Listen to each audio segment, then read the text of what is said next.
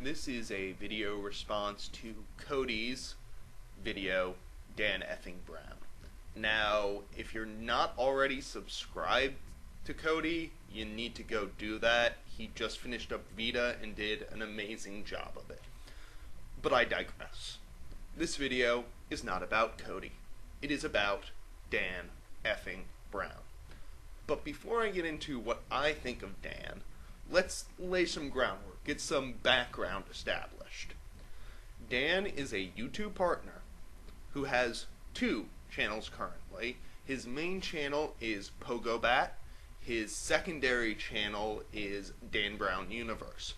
Links to everything the dangly do. He refers to the community he has built around himself as the Pogo tribe, and the Pogo tribe has a forum outside of YouTube which is called the South Pole of the Moon. I started to follow Dan about 2 months ago, which was about the same time he put out his open letter to educators, and the subsequent discussion/debate that spawned off of that with Dan, Mikola, and Thunderfoot. I am currently subscribed to both of his channels, and I've actually watched a couple of his live shows.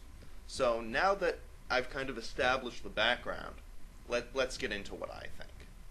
Now, I could talk about Dan's concept of zombies, his apparent inability to imagine people complexly, or his us-them mentality that he appears to hold and support within his community. But Jethro's already done that, so I'm just going to link that there. Go. Watch it. I do want to talk about some of Dan's recent videos. Now, Dan's been stirring up quite a bit of controversy as of late, as he's kind of delved into two topics that most YouTubers instinctively know to steer clear of: politics and religion. He has made some bold, polarizing statements on topics varying from sex to the Tea Party movement. Now, some people have compared Dan to Glenn Beck. His inherent charisma, his bold statement of opinion as though it were fact, his influence over his audience. I don't know that this is necessarily a fair comparison. Another comparison does spring to mind to another radio personality, Howard Stern. In his autobiographical film, Private Parts, there's a scene where Howard's boss is talking to a researcher about his radio audience. And what comes out of the discussion is that the average person who hates Howard Stern listens for longer than the average person who likes Howard Stern. And the reason why both of them give for listening as long as they do is, what's he gonna say next?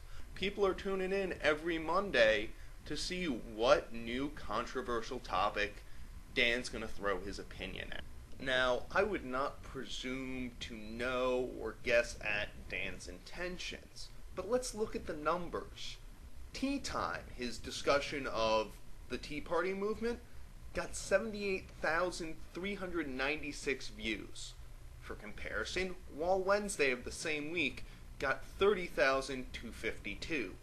Likewise, his Jesus video got 59,395. Wall Wednesday of the same week, 26,251.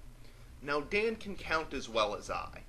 Better, in fact, because he has insight that allows him even more information about how his audience is changing as he discusses controversial topics.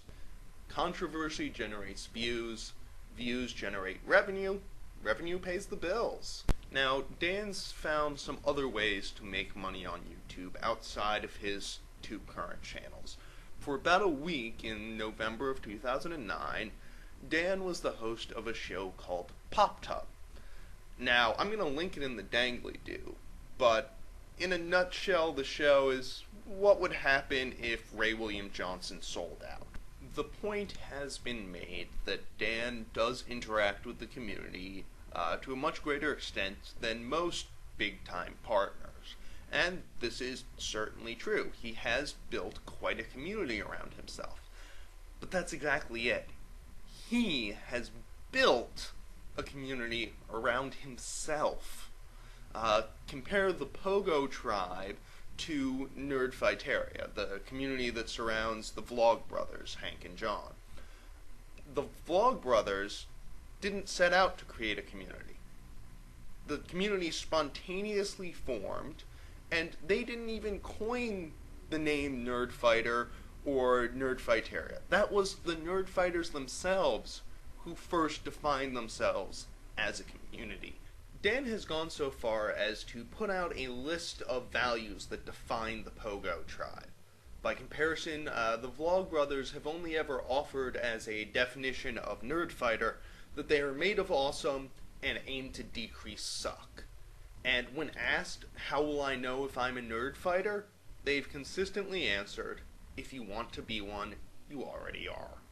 Now, Dan claims to only be a first among equals, but I think the fact that he dedicates 20% of his broadcast schedule to his fan mail kind of belies that claim and demonstrates the top-down mentality and structure that really is behind the Pogo tribe.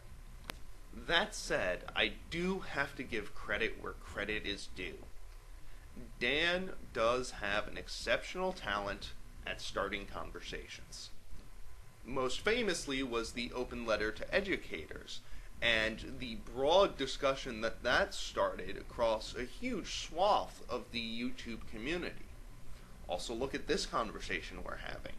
At the time I'm filming this, this will be the 11th response to Cody's Dan Effing Brown. That's quite a response. Leave your applause, outrage, comments and questions down there, and until next time, drive slow and hurry back.